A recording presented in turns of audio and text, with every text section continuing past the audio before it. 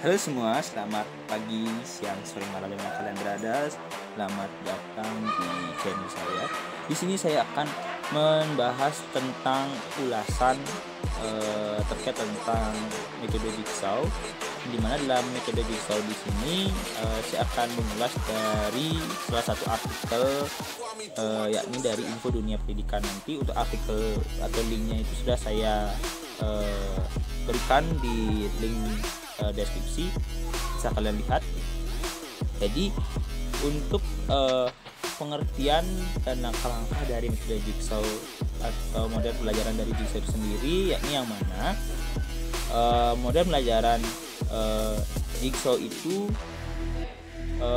etimologinya berasal dari kata jigsaw yang merupakan kata yang berasal dari bahasa Inggris dengan terjemahan dalam bahasa Indonesia yakni gergaji ukir.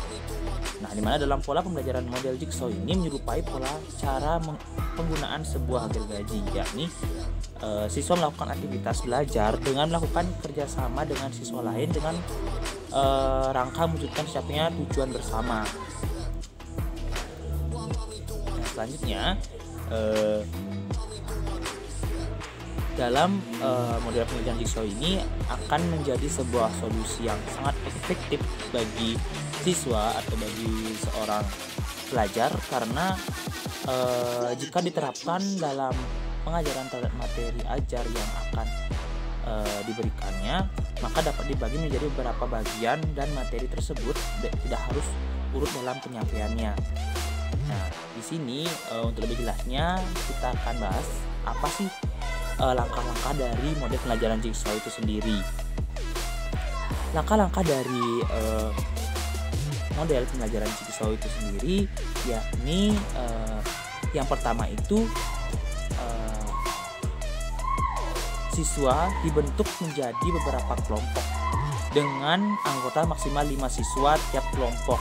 Nah, bisa kalian lihat di sebelah kiri saya. Nah, itu menjelaskan bahwa kita harus sebagai seorang guru harus memberikan suatu arahan ke siswa untuk membagi anggota kelasnya menjadi berapa kelompok. Nah, di mana dalam setiap satu kelompoknya itu terdapat maksimal 5 orang. Nah, kemudian masing-masing siswa dalam setiap kelompok diberi bagian materi yang berlainan. Nah, maksudnya jadi kita dalam satu pembelajaran, seorang guru itu harus mempersiapkan beberapa subbab dari materi yang akan kita berikan. Misalnya sifat kualitatif larutan. Nah, di mana sifat kualitatif larutan itu terdapat beberapa sifat, yakni ada penurunan titik beku, penaikan DID, penekanan uap, dan tekanan osmosis. Nah, jadi keempat subbab itu kita bagi menjadi beberapa bagian. Nah, nantinya setiap orang itu mempunyai satu subbab yang akan dia cari nanti. Kemudian selanjutnya anggota dari kelompok lain yang telah mempelajari subbagian yang sama berkumpul dalam kelompok baru yang di sini disebut sebagai kelompok ahli untuk mendiskusikan subbab mereka. Nah, jadi sudah saya sampaikan tadi, subbab yang sudah kita berikan nanti diberikan ke masing-masing ahli. Jadi satu kelompok itu, bisa kalian lihat di gambar, itu terdapat satu kelompok itu dipecah menjadi 4 ahli. Nah, jadi 5 ahli, dimana 5 ahli tersebut memegang materi atau subbab masing-masing. Nah, misalnya kelompok 1, kelompok 2 sampai kelompok 8 itu beranggotakan 5 orang. Nah, mana kelompok 1 orang ke ahli 1 orang lain ke ahli 2, dan seterusnya. Nah, dan kelompok lain juga 5 orangnya itu masing-masing orang itu mendapatkan ahlinya masing-masing dan juga untuk mempelajari materi tersebut. Nah, itu merupakan suatu adanya langkah-langkah untuk pembelajaran metode jigsaw itu sendiri. Nah, jadi Kemudian masing-masing kelompok tersebut setelah anggota dari kelompok ahli selesai mendiskusikan subbab bagian mereka, maka selanjutnya masing-masing anggota dari kelompok ahli kembali ke dalam kelompok asli. Nah, jadi kelompok ahli yang sudah mendapatkan suatu hasil materi dan rangkuman yang sudah dibahas di satu masing-masing ahli, kemudian sudah diberikan batasan waktu sedemikian rupa. Ketika sudah selesai memberikan suatu informasi atau sudah memberikan atau mendapatkan hasil yang dapat mendukung materi tersebut, maka ahli masing-masing tersebut menuju atau kembali ke kelompok aslinya, seperti itu.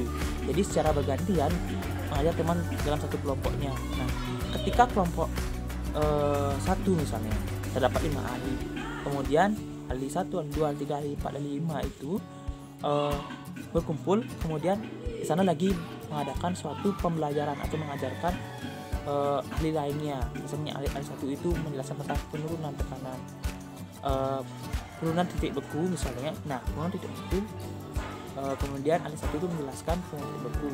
Nah, keempat ahli tersebut mendengarkan, dan seterusnya. Nah, sampai kita sudah mengerti dan sudah memahami materi tersebut. Ketika sudah memahami, maka selanjutnya itu masing-masing kelompok itu ahli 1, ahli 2, ahli 3, ahli 4 itu mempresentasikan hasil diskusi yang akan dilakukan.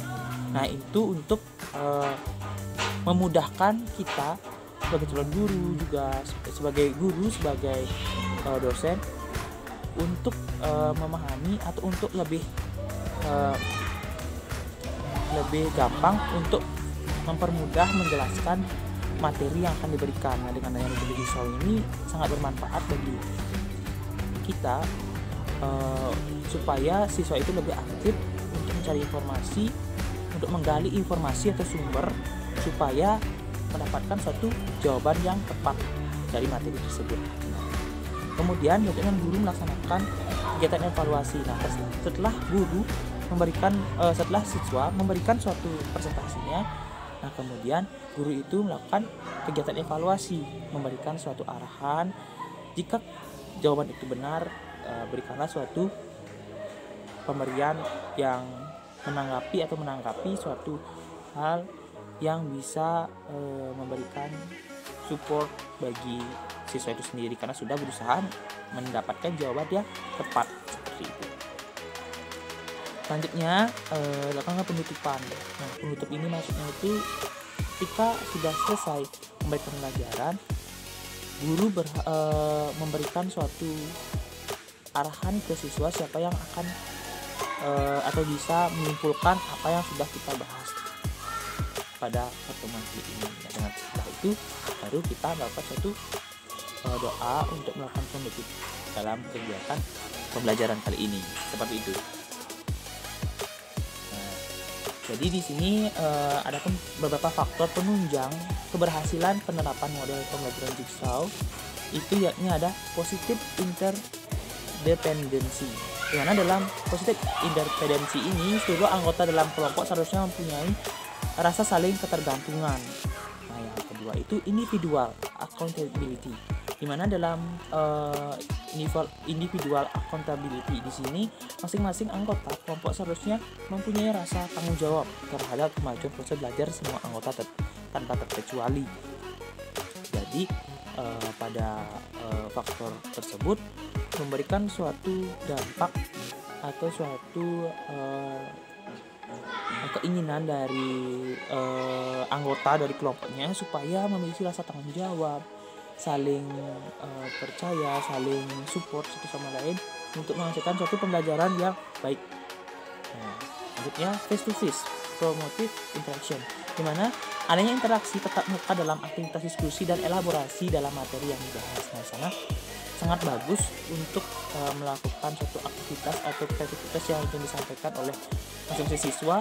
Dengan adanya percaya diri untuk menyampaikan suatu pendapatnya, itu sangat bagus, karena dengan adanya metode Jigsaw di sini kita bisa lebih tahu yang mana yang benar-benar aktif dalam menyampaikan argumennya, yang mana hanya diam saja. Nah, jika ada siswa yang diam saja, itu kita sebagai guru harus memberikan arahan, memberikan support supaya dia itu bisa sama dengan anggota kelasnya yang aktif gitu. Ini social skill, di mana masing-masing anggota seharusnya mempunyai kemampuan bersosialisasi yang baik dengan anggota lainnya, sehingga memungkinkan pemahaman materi bisa diterima secara kolektif. Yang terakhir itu group processing and reflection, di mana kelompok seharusnya dapat melakukan evaluasi terhadap proses belajar yang telah dilakukan dalam rangka peningkatan kinerja kelompok. Nah, seperti itu. Nah, selanjutnya, adapun faktor penunjang keberhasilan, pasti ada faktor penghambat keberhasilan dalam model metode Jigsaw. Nah, pertama itu ada guru dan siswa masih asing dengan metode Jigsaw di sini. Nah, jadi maka dari itu kalian berhak untuk mencari tahu dari sumber-sumber yang terpercaya dan bisa dimengerti lebih gampang untuk mengetahui metode Jigsaw ini bagaimana, apakah bagus apa tidak. Terus untuk beberapa praktik atau cara empirisnya apakah sudah berjalan dengan bagus atau tidak. Nah, jadi di sini faktor penghambatnya masih asing dalam metode Jigsaw, baik guru maupun siswa. Nah, baik siswa maupun guru ini masih terbiasa dengan model pembelajaran konvensional yang di dalamnya materi ajar bukan hanya satu arah, yaitu dari guru kepada siswa. Yang kedua, itu terbatasnya waktu. Waktu yang dibutuhkan dalam pelaksanaan model Jigsaw ini lebih banyak daripada pembelajaran konvensional.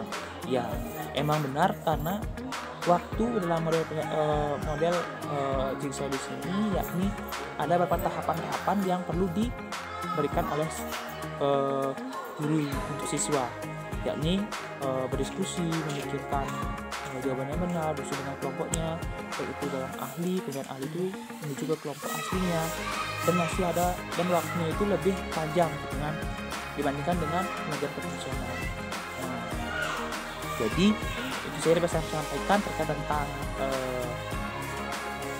model pembelajaran Jigsaw. Nah, semoga kalian bermanfaat. Semoga materi ini bisa kalian minati atau kalian pelajari untuk memudahkan kalian memahami terkait tentang model pembelajaran Jigsaw seperti itu. Baik, terima kasih dapat saya sampaikan. Lebih jika ada kata-kata yang salah, saya mohon maaf dan saya ucapkan terima kasih dan sampai jumpa.